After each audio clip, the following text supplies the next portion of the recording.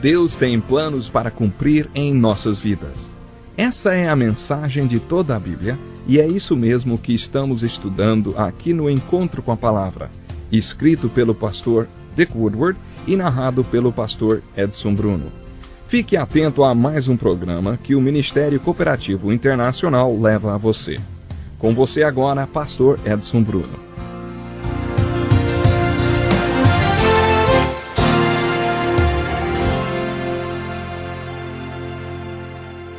Olá, estamos de volta para mais um Encontro com a Palavra. O próximo livro que vamos analisar nesse estudo dos livros históricos do Velho Testamento é o primeiro livro de Samuel. Antes de continuarmos, precisamos ressaltar mais uma vez que os livros históricos dividem-se em 3 categorias.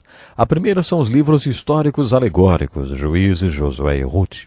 Além de serem históricos, eles são livros históricos alegóricos. Tudo o que aconteceu com o povo de Israel serviu como exemplo e foi registrado como um alerta para mim e para você que estamos vivendo no final dos tempos. A palavra exemplos, usada no versículo 11 do capítulo 10 da primeira carta do apóstolo Paulo aos Coríntios, pode ser entendida como alegorias ou tipos. Os próximos 6 livros históricos em ordem cronológica são 1º e 2º Samuel, 1º e 2º Reis e 1º e 2º Crônicas e constituem uma segunda divisão dos livros históricos. Esses 6 livros são conhecidos como os livros histórico-literários do reino. O primeiro livro de Samuel, no entanto, também é conhecido como o primeiro livro dos reis. O segundo livro de Samuel como o segundo livro dos reis. O próximo livro, na sequência, segundo a tradução da Bíblia de João Ferreira de Almeida, é o livro de 1º Reis, conhecido como o terceiro livro dos reis. O livro de 2º Reis é referido como o 4º livro dos reis. Segundo os tradutores, todos esses livros são livros literários do reino porque relatam o reino de Deus. Quando analisamos esses livros do reino, precisamos saber exatamente o que estamos procurando. Agora eu desafio você a fazer importantes observações com a leitura dos livros de 1º e 2º Samuel. A primeira coisa que procuramos é o conceito do reino de Deus. O conceito do reino de Deus é muito, muito importante mesmo.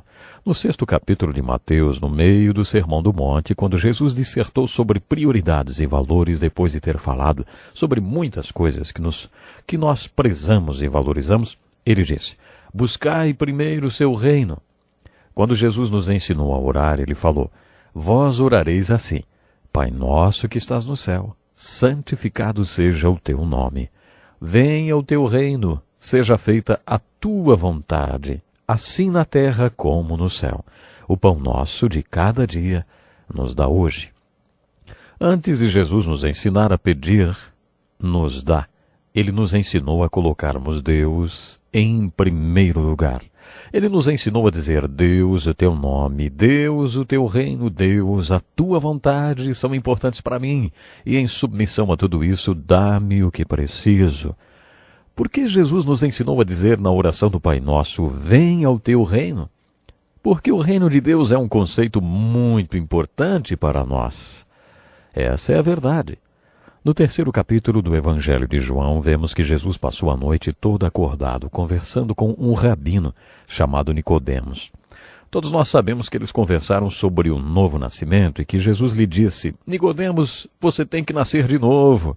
Já ouvimos muito sobre nascer de novo e fico feliz que seja assim. Se você não sabe o que isso significa, leia o livro de Chuck Colson chamado Born Again, ou Nascido de Novo. Acho que a sua história é uma boa ilustração do que é nascer de novo. A expressão nascer de novo tornou-se muito famosa com a conversão de pessoas como Chuck Colson e outros personagens relevantes. Significa muito para muita gente. O que essa expressão, na verdade, então, significa nas Escrituras? No 3º capítulo de João, podemos observar o seguinte: naquela noite que Jesus ficou acordado conversando com Nicodemos, o novo nascimento não era o assunto principal. O assunto principal era o reino de Deus. Quando Jesus falou para Nicodemos que ele deveria nascer de novo, ele disse: quem não nascer de novo não pode ver o reino de Deus.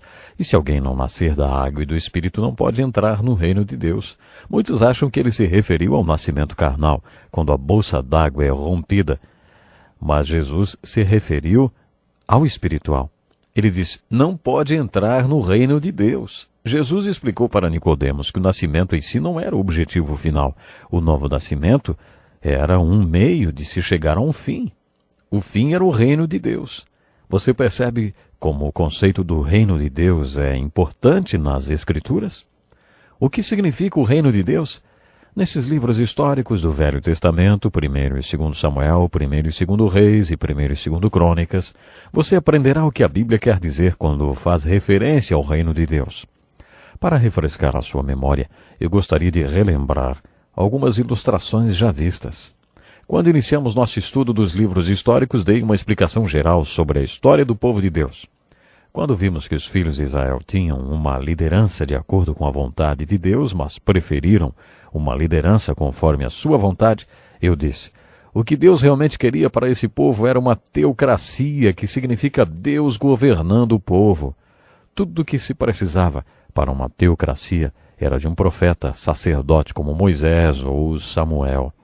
Quando ele subia ao topo da montanha para interceder junto a Deus pelo povo, ele era o sacerdote. Quando ele descia da montanha com as palavras de Deus para o povo, ele era o profeta. Era isso que Deus queria. No primeiro livro de Samuel, ele tem a posição de líder, um profeta sacerdote. Ele fazia a mesma coisa que Moisés.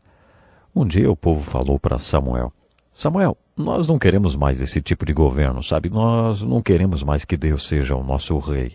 Nós queremos um rei como os outros povos têm. Samuel ficou muito chateado. Observe que ele ficou muito perturbado. Quando Samuel buscou a Deus, Deus lhe falou: Samuel, não leve isso para o lado pessoal. Eles não estão rejeitando você. Eles estão rejeitando a mim. Sou eu que eles não querem mais. Eles não querem mais que eu seja o rei deles. Sou eu que estou sendo rejeitado, não você. Por isso, não leve para o lado pessoal, não. Foi assim que Deus reagiu. Quando Deus os estava alimentando sobrenaturalmente com o maná no deserto, eles disseram que queriam carne. Então Deus disse: está bem, vocês vão ter carne. Não por um dia nem dois, mas todos os dias. Vocês podem comer carne todos os dias, meses e anos, até que saia pelos narizes o que vocês estão comendo, até que vocês enjoem. É isso que vocês querem? É isso que vocês terão. É assim que Deus faz. No Salmo 37, Deus nos promete dar os desejos do nosso coração. Isso pode ser tanto um desafio quanto uma promessa. Quais são os desejos do seu coração? Não importa quais sejam. Você pode tê-los satisfeitos. Sobre o fato de Deus ter dado carne no deserto, o salmista comentou: lhes satisfez o desejo, mas fez definhar as suas almas. Quando quiseram um rei, Deus fez a mesma coisa. Ele disse: vejam bem, nos meus planos, eu seria o rei de vocês, mas vocês querem do seu jeito. Então, Samuel, dê a eles os reis que eles querem. É por isso que em algumas edições da Bíblia, os livros 1º e 2º Samuel são chamados de 1º e 2º Reis, e os livros 1º e 2º Reis são chamados de 3º e 4º Reis. As crônicas são uma repetição do mesmo período da história. Esses 6 livros são sobre os reis que eles tanto quiseram e por isso são chamados de livros histórico-literários do reino. O primeiro rei foi um homem chamado Saul. Samuel teve o prazer de contratar o primeiro rei. Você já contratou um rei? Deve ser divertido, não? Bom, Samuel teve o privilégio de contratar e ungir o primeiro rei de Israel. Logo vemos que foi mais difícil para Deus trabalhar com esse rei do que com os profetas sacerdotes Moisés e Samuel. Moisés e Samuel faziam exatamente o que Deus ordenava. Mas o rei Saul desobedeceu a Deus. E quando Saul desobedece, Deus já não podia mais trabalhar através dele. Samuel, portanto, teve o prazer de despedir o primeiro rei de Israel. Deus disse: despeça-o, porque se ele não faz o que eu mando fazer, não posso trabalhar através dele. Por isso que o rei seguinte foi um homem segundo o coração de Deus, e que fez a vontade de Deus. Quando Samuel despediu Saul, disse: Deus tirou o reino das tuas mãos e dará um homem segundo o seu coração, e que fará a sua vontade. Se um homem fizer a vontade de Deus, Deus pode trabalhar através dele. Deus pode trabalhar através de um rei desse tipo. Quer o rei fosse desobediente ou obediente, o profeta sacerdote estava sempre em cena. Ele ficava só um pouco fora. Se o rei não obedecesse a Deus, o profeta sacerdote entrava em cena e transmitia-lhe a palavra e a vontade de Deus. Ele dizia: é melhor você fazer o que Deus quer ou trará problemas para você e para todo o povo. Isso aconteceu durante toda a história do reino. Davi foi o melhor rei que Israel teve. Ele era um rei obediente que queria cumprir plenamente a vontade de Deus. Deus realmente trabalhou através de Davi. O seu reino foi sucedido por Salomão. A princípio parecia que ele seria um tipo de homem que Deus poderia usar. Mas logo no começo do seu reinado, Salomão afastou-se de Deus.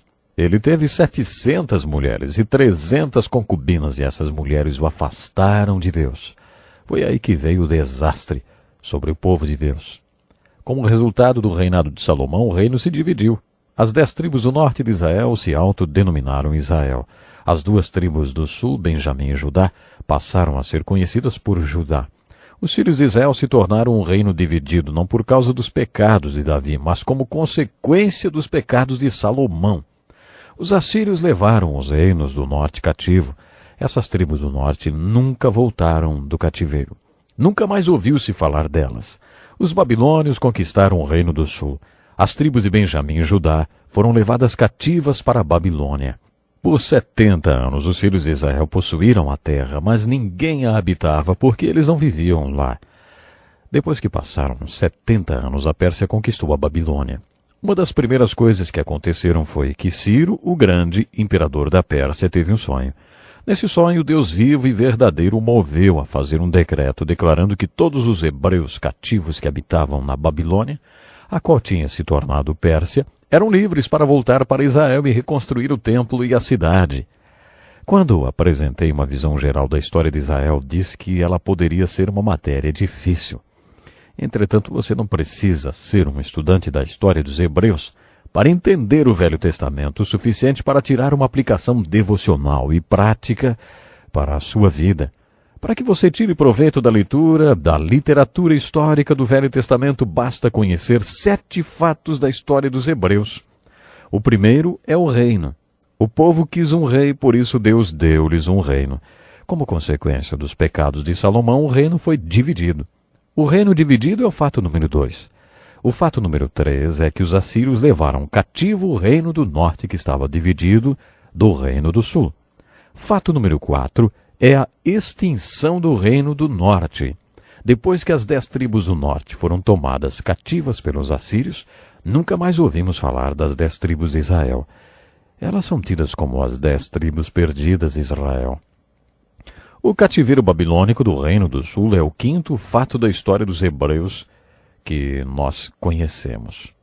O fato número 6 é a conquista dos babilônicos pelos persas. O fato número 7 é o retorno de alguns judeus do cativeiro babilônico. Se você entende esses 7 fatos da história dos hebreus, você possui conhecimento suficiente para entender o Velho Testamento. Com essa história chocante dos hebreus, só me resta finalizar o nosso estudo de hoje. Junte-se a nós no nosso próximo encontro, quando aprofundaremos mais o nosso estudo no conceito mais importante da Bíblia, que é o Reino de Deus. Até lá, então.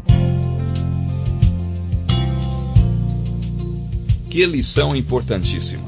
Obrigado, Pastor Edson Bruno. Prezado ouvinte, coloque em prática o que você ouviu aqui. Sem dúvida, sua vida será grandemente abençoada. Este é um estudo escrito pelo Dr. Dick Woodward, na voz do Pastor Edson Bruno. Escreva-nos e solicite o material. Nosso endereço é Encontro com a Palavra, Caixa Postal 2011, CEP 89201-970, Joinville, Santa Catarina. Até o nosso próximo encontro com a Palavra.